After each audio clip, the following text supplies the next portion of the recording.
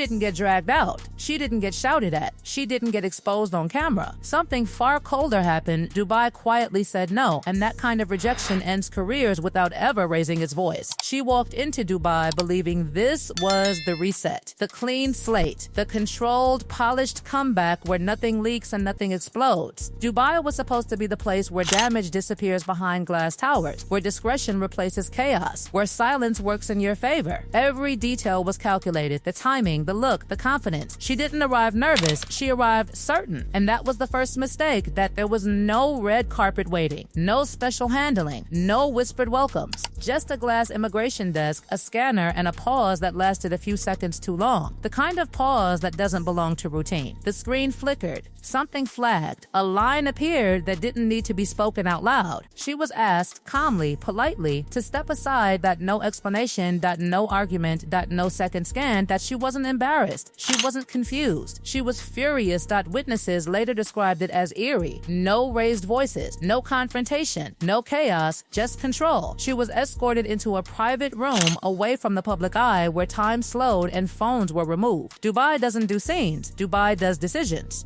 And this decision had clearly been made long before her plane touched the. This wasn't a delay. This wasn't paperwork. This wasn't a misunderstanding. This was entry denied, not postponed, not reviewed, denied. And here's the part that rattled everyone watching closely. Dubai didn't reject her loudly. It rejected her efficiently. When she emerged, there were no statements, no social posts, no damage control quotes, just a fast walk, a clenched jaw, and a silence so heavy it screamed. Because in Dubai, silence is never accidental.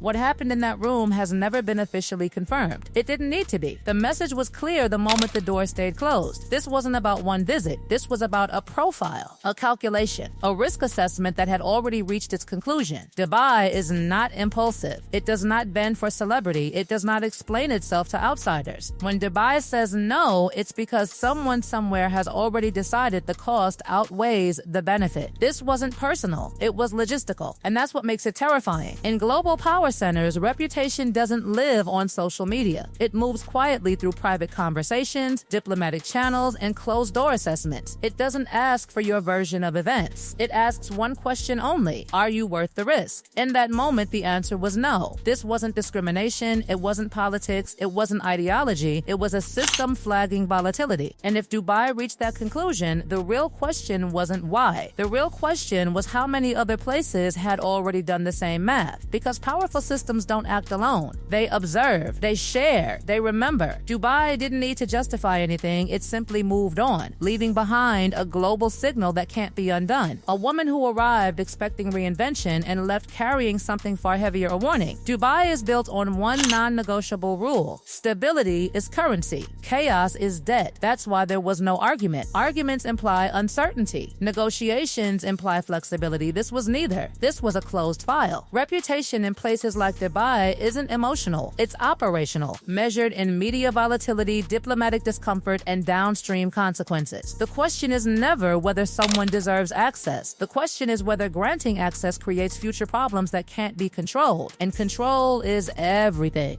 This is where Western celebrity culture gets it wrong. Visibility doesn't equal power here. Apologies don't matter. Redemption arcs don't work. What matters is predictability. And unpredictability is the one thing that can't be styled, spun, or rebranded away. By the time a passport hits the scanner, the evaluation is already done. Patterns reviewed, behavior tracked, public statements weighed against private reports, staff turnover, legal noise, media cycles. None of this lives in headlines alone. It lives in quiet files shared by people whose job is to prevent disruption before it arrives. Dubai doesn't need proof beyond doubt. It operates on something colder, risk probability. Intention doesn't matter. Optics do. That's why the denial was silent. Silence avoids leverage. Explanations invite pressure. Pressure is something Dubai never allows outsiders to apply. The decision was final the moment that door closed. And here's the shift most people missed. This wasn't a rejection of a person. It was a rejection of volatility, of reputational turbulence, of a pattern that suggests suggested future unpredictability. Dubai doesn't gamble on people who require constant narrative management. It prefers individuals whose presence fades quietly into order, not figures whose arrival demands explanation, defense, or damage control. Luxury has rules, even extreme luxury. Wealth alone isn't enough. Influence alone isn't enough. Titles are meaningless without behavioral alignment. Dubai has hosted far more controversial figures than celebrities, but those figures understood one rule: don't bring chaos with you. In this case, chaos had already arrived first. Months of headlines, conflicting stories, legal tension, staff disputes, financial uncertainty, public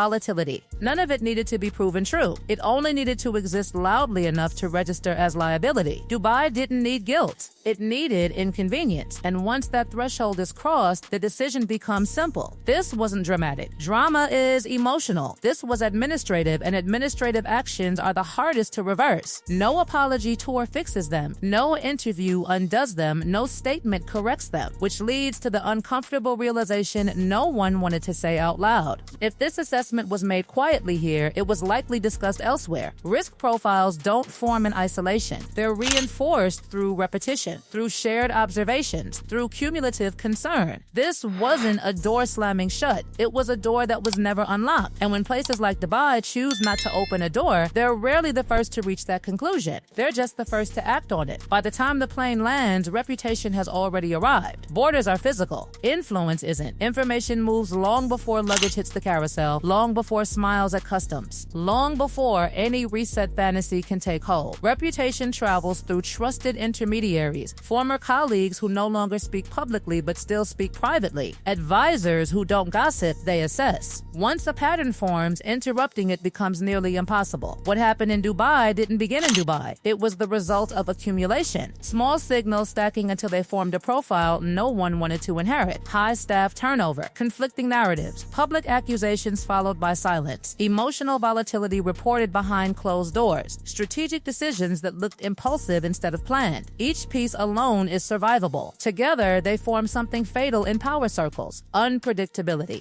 In Western media, unpredictability gets framed as authenticity. In diplomatic and investment environments, it's treated as contamination. It spreads, it disrupts, it forces institutions to explain decisions they never wanted questioned. That's the line no system crosses willingly. And once advisors start whispering caution instead of opportunity, the shift has already happened. Invitations slow. Meetings become exploratory instead of decisive. Conversations end with not the right time. Later never comes. This is where reputation stops being a PR issue and becomes logistical. Either someone fits the system or they introduce friction. Either their presence stabilizes or it complicates. And no power structure chooses complication. Celebrity status doesn't protect anyone here. It accelerates risk. Fame amplifies everything, especially instability. In environments built on discretion, amplification is fatal. This is why reinvention fails when it ignores history. You can't outrun a profile that's already circulated. You can't reset a system that doesn't believe in resets. You can only demonstrate long-term stability, and time was no longer a luxury. Dubai didn't create the collapse, it confirmed it. And once confirmation happens at this level, it spreads.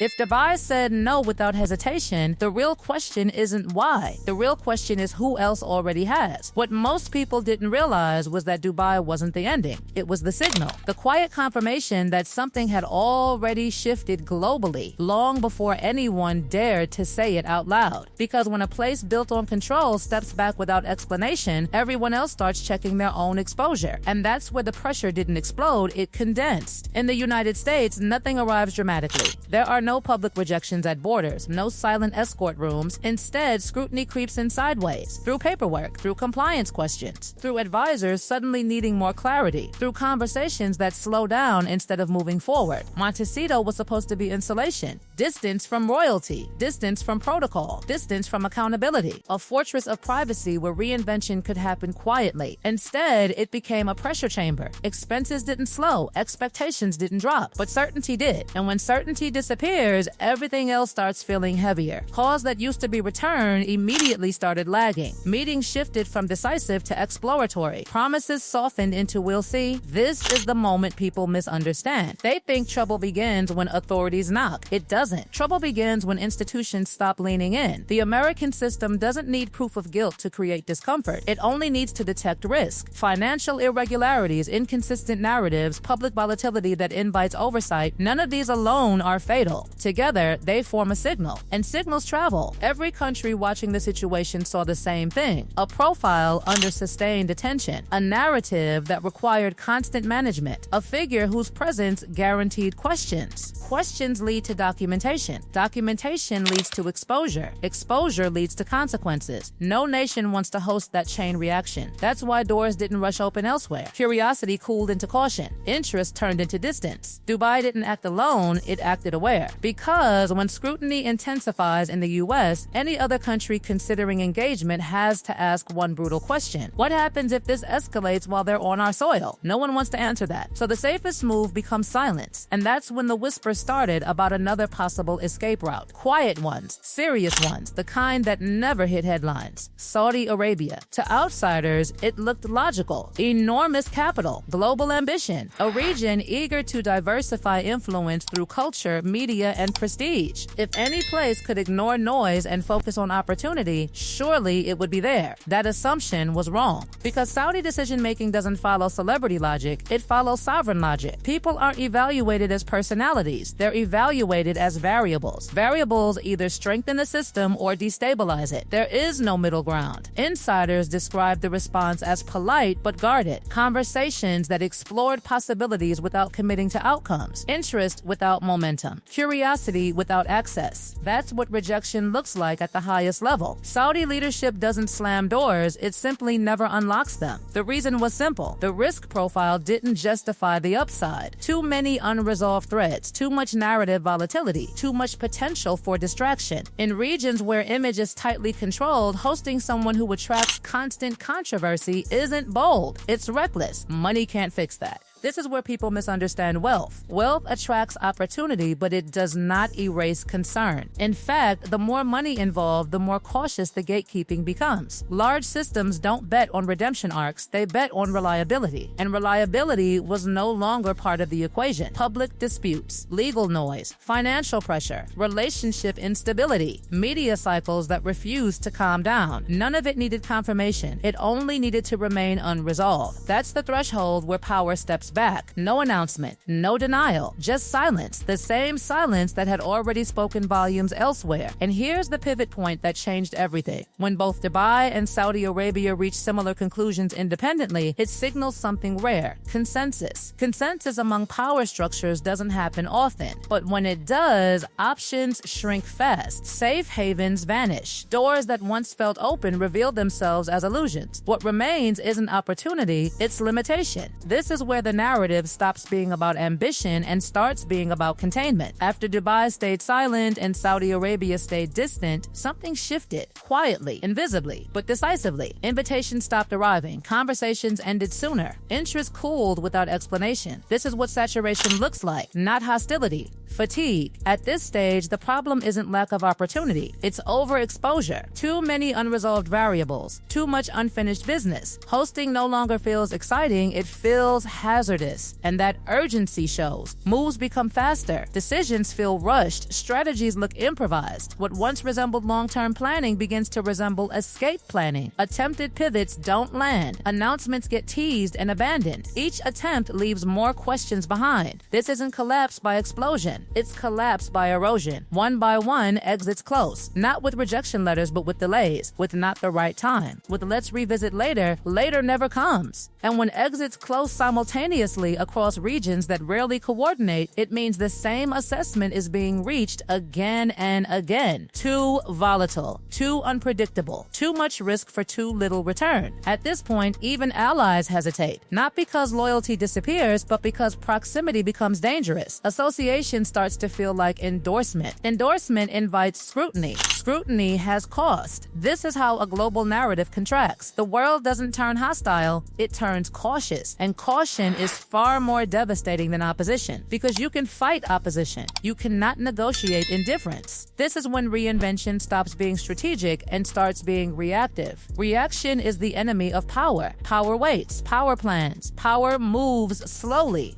Urgency signals vulnerability. By now, the question wasn't how to rebuild an empire. It was how to stabilize before further damage. And that pressure doesn't stay external. It turns inward. This is where silence outside amplifies tension inside. Money doesn't vanish overnight, but it becomes conditional. Deals stretch, timelines slip. Every conversation circles the same question: how long can this last? Reports began whispering about friction. Not explosive fights at first, constant disagreements, over direction, overspending, over who controls the next move. One side pushing for restraint and repair, the other pushing for movement and escape. Those instincts don't coexist.